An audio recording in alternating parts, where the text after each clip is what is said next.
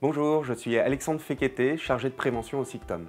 La stratégie de prévention des déchets englobe une multiplicité d'actions, que ce soit de la sensibilisation au tri, du soutien financier et technique, ou même le concours Design Zéro Déchet. À travers le concours Design Zéro Déchet, le SICTOM a choisi de s'intéresser à la brique éco-conception du principe de l'économie circulaire.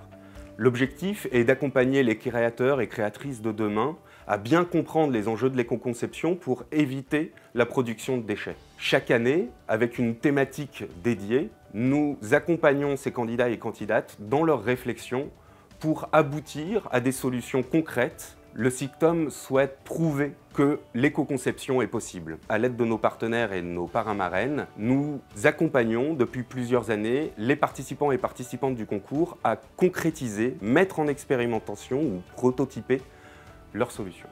Une de mes missions est aussi l'instruction des demandes de subventions faites au SICTOM. Des acteurs associatifs, établissements publics ou collectivités qui agissent dans le domaine de la prévention des déchets, comme la lutte contre le gaspillage alimentaire, le développement du réemploi, de la réparation, la mise en place du compostage, la valorisation d'une manière ou d'une autre des biodéchets. Toutes ces actions évitent de nourrir nos installations. Eh bien, nous accompagnons ces actions à travers un soutien financier, mais aussi technique. Cela nous permet d'être au plus près des acteurs du territoire, au plus près du terrain et des problématiques qu'ils rencontrent, et de voir l'impact de la prévention des déchets sur le tonnage final.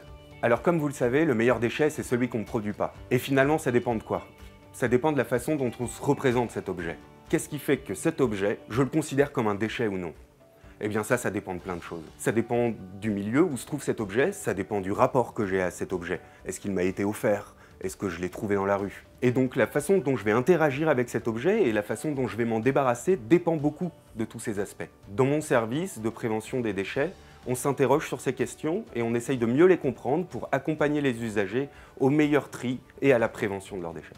Cette année, par exemple, nous étudions les petits appareils ménagers. Et un chiffre m'a épaté. 60% des déchets de ces petits équipements électriques sont dus à un mauvais usage ou un mauvais entretien. Et là encore, on retrouve notre rapport à l'objet. Comment faire en sorte qu'on les entretienne mieux, qu'on s'y soit plus attaché et qu'on s'en débarrasse moins facilement. Le plus grand défi pour le SICTOM, c'est le changement de comportement.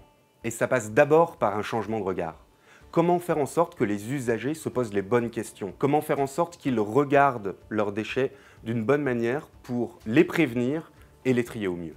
Ce qui me rend fier et ce qui montre que la prévention et la sensibilisation fonctionnent, c'est que les choses changent déjà. Le regard n'est plus le même vis-à-vis des objets réemployés qu'il l'était il y a quelques générations. Aujourd'hui, ça ne choque plus personne d'avoir un objet issu du réemploi, de ressourcerie chez soi, ou même que l'on porterait. Aujourd'hui, le SICTOM me permet de réfléchir à toutes ces questions et de me sentir utile au quotidien.